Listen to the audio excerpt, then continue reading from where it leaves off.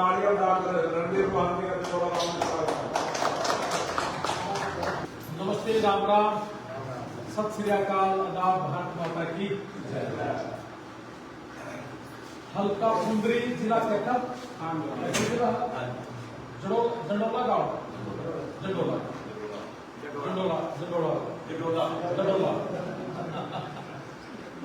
मैं अभी पीछे जो गांव था एक आपका, तो मैंने कहा जी जंडोला, तो हमारी रूटीन में नहीं याद आता ना मुझे, तो गाँव को नहीं लगता। तो 3-4 लोग बैठे लोग लेके जंडोला को बोलो हिंदी, हाँ जंडोला। तो बोला हाँ अच्छा। तो फिर उसका मजाक लेके पढ़े कोई बात। तो उस हिसाब से, तो बोलने के हिसाब से तो अभी अल्पड़े यहाँ पे भी साइड आए नहीं। वैसे आपके जो गांव के हमारे मित्र हैं, मेरे को तो यहाँ आने के बाद थोड़ा सा पता चला कि सुल्तान जी मेरे को अच्छे पुराने मित्र है, बहुत ही बढ़िया। तो वीरेंद्र सिंह दुम्मरखा के साथ मैं भी और वो भी इकट्ठी रहे काफी लंबे टाइम। तो फिर ये मंत्री बन गए थे, और मंत्री बनने के बावजूद भी देखो इनका, तो मैं बड़प्पन बताऊँ आपने कि ये नॉर्मल आए मेरे पास, और मैं उस टाइम में दूर था कहीं, तो कहने लगे कि भाई मैं नहीं मिलके मिले बिना जाऊंगा। तो फिर ये 2-3 घंटे वहां थोड़े रेस्ट करा, फिर आया। मतलब बहुत ही सिंपल स्वभाव, बहुत कम लोग हैं कि मंत्री पद पे रहे कि भी बहुत ज्यादा लोगों को दूरी आ जाती है। इनमें आप अभी तक आज तक मैंने ऐसा नहीं देखा। अच्छे आदमी है, शरीफ आदमी से, शरीफ आदमी की राजनीति तो नहीं है। और ये जो आपके यहाँ सतपाल जांबा जी बड़े हैं, इनके बारे में भी लोग अच्छा बोलते हैं, अच्छे आदमी हैं। बाकी तो आप गाँव के सारे भी, और राजनीति है ये एक दूसरे को काट छाट तो चलती रहती है। तो सबसे पहले तो आप सभी का आपने स्वागत किया, आपने मुझे बुलाया, आशीर्वाद दिया, और दोपहर का समय है और सब सो रहे थे मेरे हिसाब से।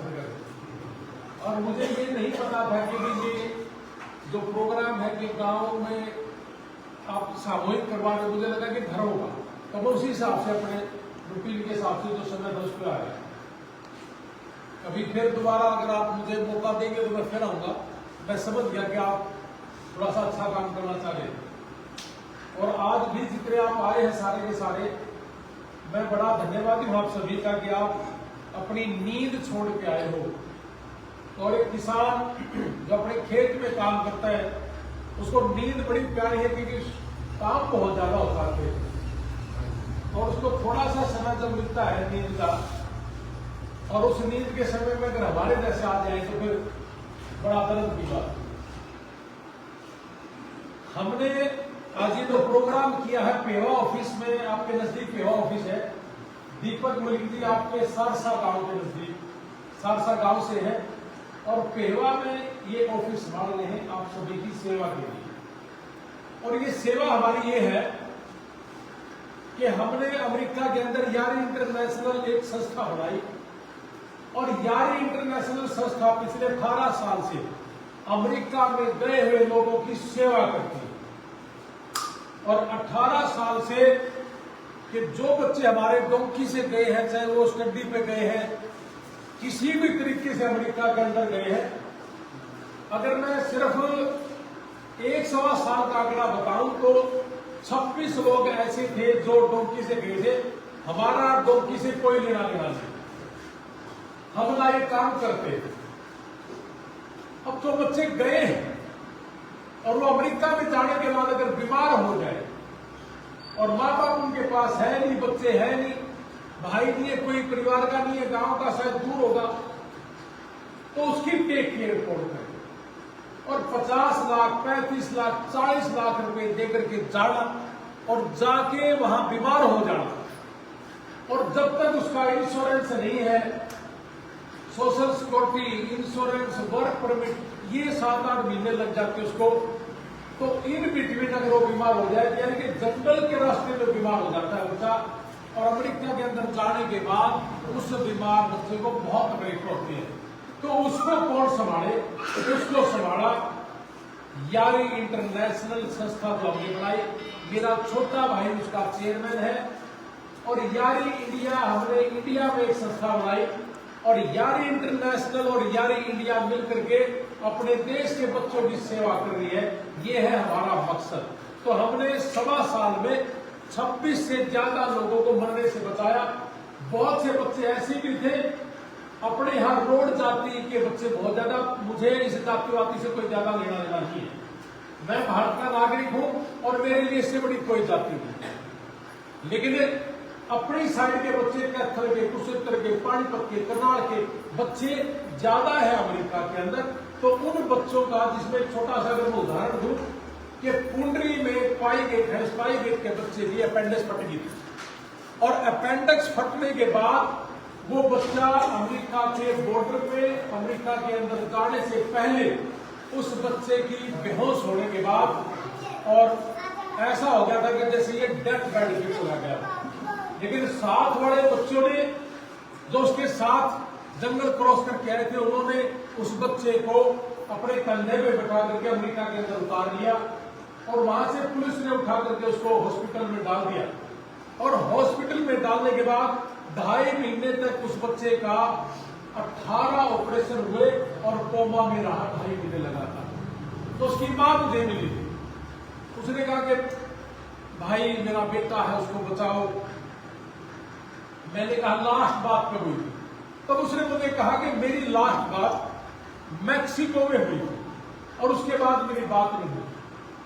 तो खैर मैंने उसको तो नहीं कहा, लेकिन मैंने कहा कि अगर मैक्सिको में बात हुई उसके बाद नहीं हुई तो बच्चा मुझे नहीं लगता कि अब जिंदा होगा।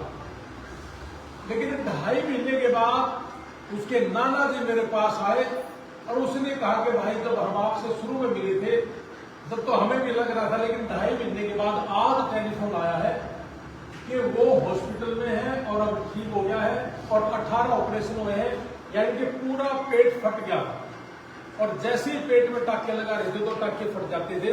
तो वैक्यूम सिस्टम से उस बच्चे का पेट ठीक किया था।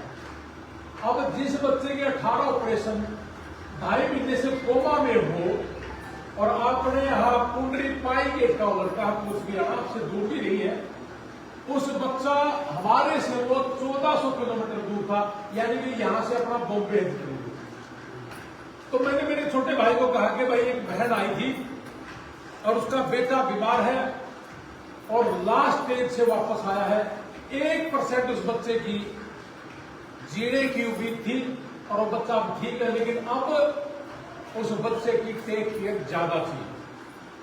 अब अपने यहां सारे के सारे अपने दिल पे हाथ रखना, अगर 18 ऑपरेशन और 2.5 महीने कोमा में रह के अगर वापस आया हो तो बच्चा कितनी टेक केयर मांगता होगा। मैंने लाइव आके कहा कि मैं हाथ जोड़ के पूरे देश के बच्चों से एक बात कर रहा हूं कि जो भी भाई उस एरिया में है हम उसको मकान किराए पे लेके दे देंगे, खाने का दे देंगे, लेकिन उस बच्चे की टेक केयर करनी है। लेकिन बहुत से बच्चे थे जो पैसे दे के गए हैं, वो अपने अपने काम पे भी फोकस होता है, पैसे भी उतारने होते हैं, तब हमें वहां कोई मिला नहीं था। फिर मैंने अपने भाई को कहा कि जा और जाके इसको वायर लेके अपने घर भेज दो। तो हमने उस बच्चे को 6 महीने तक लगातार अपने पास रखा था और पहले महीने में उस बच्चे का 22 किलो वजन बढ़ा था। ये फ्री ऑफ कॉस्ट हम काम किया। 26 के 26 बच्चे, हर महीने किसी का 3 लाख रुपए लगा। आपके नजदीक शायद एक संगरौली गांव भी होगा, संगरौली गांव का एक बेटा रीति शर्मा, जिसकी रीढ़ की हड्डी में दिक्कत थी, 7-8 लाख रुपए महीने का खर्चा आता उस बच्चे का। राजपाल शर्मा का बेटा, आप पूछ भी सकते हो। तो ऐसे ऐसे हमें 26 केस से ज्यादा अमेरिका के अंदर 1.25 साल में मिले, जिसको हमने मरने से बचाया। ये काम है हमारा फ्री ऑफ कॉस्ट। और अपना भी कोई परिवार का या कोई रिश्तेदार अगर वहां बीमार हो जाए और आपको किसी भी तरीके से हमारी हेल्प की जरूरत हो तो हमारे दीपक मलिक जी, ये ऑफिस है हमारा। ये ऑफिस केवल मतलब हमने पैसे कमाने के लिए नहीं बनाया, हमारे ऑफिस सारे के सारे सिर्फ सेवा भाव से काम करते हैं। तो ये ऑफिस दीपक जी का 98-961-550 टेलीफोन नंबर है, ये नोट भी कर लेना। इस पे आप कभी भी आपने इन सेवाओं का, अपने बच्चों के लिए हम काम करते हैं, हम ये सेवा करेंगे। और दूसरा, उसके बाद बहुत से बच्चे एक्सीडेंट में एक्सपायर हुए या हार्ट फेल से एक्सपायर हुए, तो उन बच्चों की डेड बॉडी लेके आने के लिए 4 से 5 महीने का समय 20-25 लाख रुपये 18 लाख 16 लाख ऐसे लगता था। तो हमने उस काम के ऊपर भी थोड़ा ध्यान दिया कि इस बच्चे के तो वही दाह संस्कार कर दिया करते थे लोग। यहाँ डेड बॉडी लेके आने का ना तो बहुत था, समय ज्यादा लगता है। हमने वही अपने बच्चों के लिए अपने माँ बाप की पुकार कि अपने गांव में कैसे आए, 8 से 10 दिन के समय में हम बच्चे की डेड बॉडी, कोई भी अगर किसी तरह का हादसा हो जाता है तो ये भी एक सेवा हम फ्री ऑफ कॉस्ट, वहां के लोग भी उसके खाते में पैसे और हम भी उसमें जितना हो सकता है देने का काम करते हैं। और अभी तक जितनी भी डेड बॉडी आई है इन 1.25 साल में 1.5 साल में 51 डेड बॉडियां हैं अपने हरियाणा में और पंजाब में लेके आए हैं, जिसमें सबसे ज्यादा हमारे कैथल जिले की। और अगर मैं जाति धर्म की बात करूं तो सबसे ज्यादा बीमार या डेड बॉडियां हमारे रोड समाज की है, क्योंकि बच्चे ज्यादा है हमारे समाज में और स्ट्रेस ज्यादा है कि 35, 40, 50 लाख रुपए दे करके जाना। और उसके बाद यदि ट्रंप आ गया तो कि एक भी सिंगल केस ऐसा नहीं है जिसका बिना वजह से हाथ पकड़ा और इधर बाहर भेज जाओ, और ऐसा भेज भी नहीं सकता। कानून है वहां भी, जिन बच्चों को पहले से ही उन्होंने कह रखा कि आपका केस फेल हुआ वही बच्चे आने लगे। तो इसलिए अपने बच्चों को बोलना कि डरने की जरूरत नहीं। उसके बाद बहुत से बच्चे मुझे अमेरिका के अंदर मिले कि स्टडी वीजा पे आया, 30 लाख रुपए दे के आया हूं, 35 दे के आया हूं, 25 दे के आया हूं। आपके अलग अलग शहरों में अलग अलग रेट, जहां जिसने जॉब टकर गया उसमें अपना काम करना शुरू कर दिया। लेकिन उतरने के बाद सबको एक ही बात कहना कि यूनिवर्सिटी मत जाना, आपके फेक डॉक्यूमेंट्स हैं, उसकी वजह से हमारे बच्चों को ज्यादा पैसे दे करके अमेरिका के अंदर जाना और फेक डॉक्यूमेंट्स की वजह से उनको असाइलम धक्के से लगवा देना, ये इन एजेंटों का काम रहा है। तो फिर हमने इसके ऊपर भी काम करना शुरू किया, और जब इसके ऊपर काम करना शुरू किया तो हमने सस्ती यूनिवर्सिटियां लेकिन बड़ी भी, बहुत लोगों को ये भी लगता होगा कि यार कम पैसे की यूनिवर्सिटियां हो ही नहीं सकता। हमने कहा कि 6.5 पौने 7 लाख रुपए पूरा लगता है जब वीजा लग जाए। अगर वीजा नहीं लगा तब तक 1,10,000 रुपए के आसपास का खर्चा है, जिसमें यूनिवर्सिटी के अंदर एडमिशन लेना, एमएससी की फीस है, एक सर्विस फीस होती है। सर्विस एक डिपार्टमेंट है अमेरिका के अंदर, जिस यूनिवर्सिटी को दूसरे देश के बच्चों को एडमिशन देना है उसको सर्विस डिपार्टमेंट से अप्रूवल लेनी पड़ती है, उसकी एक फीस है 30,000 की। और डेट उठाना और इंटरव्यू की तैयारी, ये सारी 1 लाख के आसपास मंडराती है। इतने में ही पता चल जाता है बच्चों का वीजा लगा कि नहीं लगा। और अगर वीजा लग जाता है तो फिर 4.5 लाख रुपए मिनिमम यूनिवर्सिटी की फीस है, और लाख रुपये जीएसटी के साथ हम लेना, इससे ज्यादा कोई बड़ा रुपया नहीं है। और ये 6.5 पौने 7 लाख के अंदर अंदर, जिसमें हमारा भी भर गया, यूनिवर्सिटी की 6 महीने की फीस भी आ गई, एमएससी की भी आ गई, सर्विस भी आ गई, फॉर्म भी भर लिया और डेट भी उठ गई, इंटरव्यू की तैयारी भी होगी। जब हमने ये चीज दी तो बहुत लोगों को विश्वास नहीं हुआ कि ऐसा नहीं हो सकता, ऐसा नहीं हो सकता, ये गलत बात है कि 6.5 लाख रुपए 6 महीने की फीस भी आ गई और इन्होंने भी अपना ले लिया, कोई और गेम होगा। लेकिन इस कैथल में और पूरे हरियाणा की बात करूं, पंजाब की बात करूं, राजस्थान और उत्तर प्रदेश की बात करूं तो 1.25 साल में इस देश का सबसे ज्यादा अमेरिका का वीजा 550 के आसपास सिर्फ हमारा लगा है, गोल्डन टाइम एजुकेशन सर्विस का लगा है। और ये सेवा सिर्फ आपके लिए इसलिए है कि कम पैसे में हमारे बच्चे चले जाए और जमीन ना बिके, किले ना बिके, प्लॉट ना बिके, और इतने में ही हमारा गुजारा हो तो हो, ना हो तो ना से। और इतने ही पैसे में अगर कोई बच जाए तो हम वहां कोई बीमार हो दोस्तों दे देते। ये चैरिटी से किया गया काम है, नॉन गवर्नमेंट ऑर्गेनाइजेशन की तरह काम किया जाता है। और ये 18 साल से वहां काम कर रहे हो। और अपने देश में कोई भी बच्चा बीमार हुआ जिसके माँ बाप नहीं है, अगर अकेला वही था और बच्चे छोटे छोटे हैं और वही अगर बीमार हो जाए, तो ऐसी फैमिलियां भी हमने इस 1.25 साल में 350 से ज्यादा लोगों को मरने से बचाया है। तो ये काम एक सिर्फ सेवा भाव से किया गया है। तो आपके नजदीक में पेहवा दीपक मलिक जी आपकी सेवा के लिए आपके नजदीक बैठे हैं। किसी भी भाई को किसी भी तरीके से वहां कोई बच्चा है, उसको कोई तकलीफ है तो बताइए, कोई और अगर कोई दिक्कत आ गई, आपके नजदीक में बहुत बच्चे थे, अभी 1 साल पहले टोठा गांव शायद आपके नजदीक, तो 2.5 महीने से उस बच्चे की डेड बॉडी अमेरिका में पड़ी थी। जब मेरे पास गांव के लोग आए कि ये कर सकता है काम, तो मैंने उसको कहा कि 8 दिन 7 दिन के अंदर अंदर मैं उस व्यक्ति की डेड बॉडी ले आऊंगा। तो उस मां ने मुझे एक बात कही थी कि बेटा, यही तेरी कमाई है, यही मेरा आशीर्वाद है। ये काम कभी जिंदगी में, जो बच्चे हमारे देश के चले गए थे, किसी मजबूरी में जाते, कोई शौक नहीं है, अपना देश छोड़ के, अपना घर छोड़ के कोई नहीं जाने खुश, लेकिन अपने माँ बाप को, अपने गांव को, अपने परिवार को छोड़ना हमारी मजबूरियां है। क्योंकि जनसंख्या ज्यादा होने की वजह से कोई भी सरकार हमें 100% रोजगार नहीं दे सकती। हम बड़े सीमित साधन के आदमी हैं, तो इसलिए हमारे बच्चे गए, और हमारे बच्चे जाने के बाद उन्होंने हमारे पास पैसा भी भेजा, जिसकी बदौलत 2024 में 11 लाख करोड़ रुपया अपने देश के अंदर आया, अपनी धरती पाया। उन्हीं भाइयों की बदौलत अपने देश में बहुत ज्यादा मोटा रुपया दिया है। पूरे वर्ल्ड का सबसे ज्यादा बड़ा आंकड़ा 2024 का है हमारा। आप देख भी रहे होंगे आसे पासे, जो भी बच्चा गया घर में चेंजी लग रही है, वहां मिस्त्री भी काम कर रहा है, मजदूर भी काम कर रहा है, लाखों लोगों को रोजगार मिला है, उन्हीं बच्चों की बदौलत मिला है। तो इसलिए कोई बुरी बात नहीं है। अब ट्रंप के आने के बाद बहुत लोगों को यह भी लगता होगा कि आप पता नहीं वीजा लगेंगे कि नहीं लगेंगे। इन 2.5 महीने में हमारे 7 वीजा लगे हैं अमेरिका के, और इंग्लैंड के 39 वीजा लगे हैं, जिसमें एक भी हमारी रिपोर्ट नहीं आई है, और कनाडा के वीजा लगे हैं। और जो बच्चा टूरिस्ट के लिए जाना चाहता है, अब बहुत लोग टूरिस्ट के नाम पे झूठे कागज लगा करके हमें ठगने का काम भी करते हैं। बाई चांस किसी एक आधे का शूट बैठ गया तो पूरा गांव के लोगों को लगता है कि ये चला गया तो मैं भी चला जाऊंगा। तो फिर पूरे गांव के बच्चों ने अगर फाइल लगाई होगी टूरिस्ट की, तो सबकी नेगेटिव आई होगी। तो ये काम बिल्कुल नहीं करना। टूरिस्ट पे केवल मात्र वही आदमी जा सकता है जिसका 3 साल की ITR हो, जिसने लाख रुपये 50,000 रुपये साल का टैक्स भी जमा कर रखा हो, यानी कि उसका बिजनेस चलता हो, और 2-3 देशों की यात्रा उसने कर रखी हो छोटे छोटे, तो वो आदमी, वो बच्चा जा सकता है। वही एलिजिबल है, उसके लगने के चांसेस भी।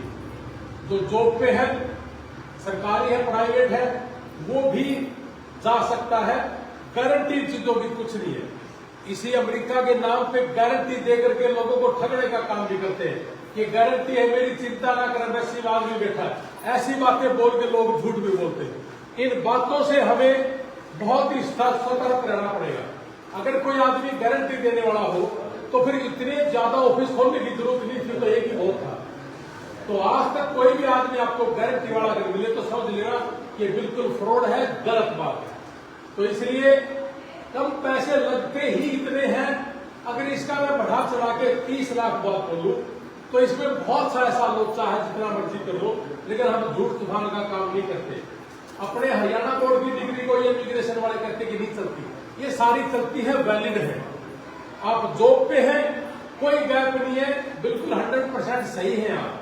तो ये सारी चीजें झूठ बोली जाती है कि जी गैप है, आप जॉब पे है तो गैप है जी आपका। आप भिवाड़ी बोर्ड से है जी, सही नहीं है, ये चलेगी नहीं। दिल्ली बोर्ड से, ओपन बोर्ड से है, ये डिग्री नहीं चलेगी। ये सारी डिग्रियां वैलिड है, सारी चलती है, कोई रोड़ा नहीं है।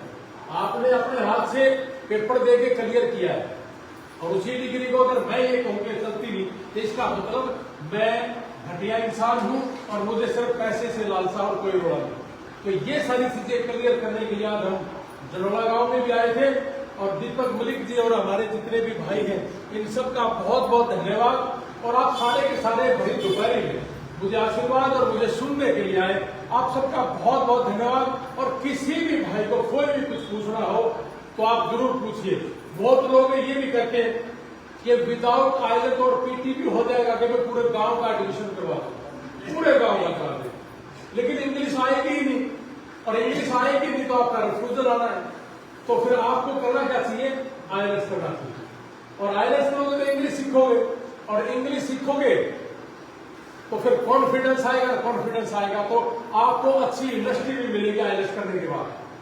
IELTS से कॉन्फिडेंस भी रहेगा, इंग्लिश सीखोगे, एमएससी में जाओगे तो वीजा लगने के चांसेस ज्यादा है, आईएलटीएस करोगे तो अच्छी यूनिवर्सिटी में एडमिशन होने के चांसेस ज्यादा है, और पीटी करोगे तो एक कदम नीचे। जैसे उदाहरण के तौर पे आईएलटीएस किए हुए बच्चे को दिल्ली यूनिवर्सिटी मिलेगी और पीटी करे हुए को चंडीगढ़ और कुछ तरह यूनिवर्सिटी मिलेगी, और विदाउट आईएलटीएस से पीटी को अपने गांव में घुसते ही एक नीलम यूनिवर्सिटी लिखी हुई थी तो वो यूनिवर्सिटी मिलेगी, आपको उदाहरण साफ मिल गया।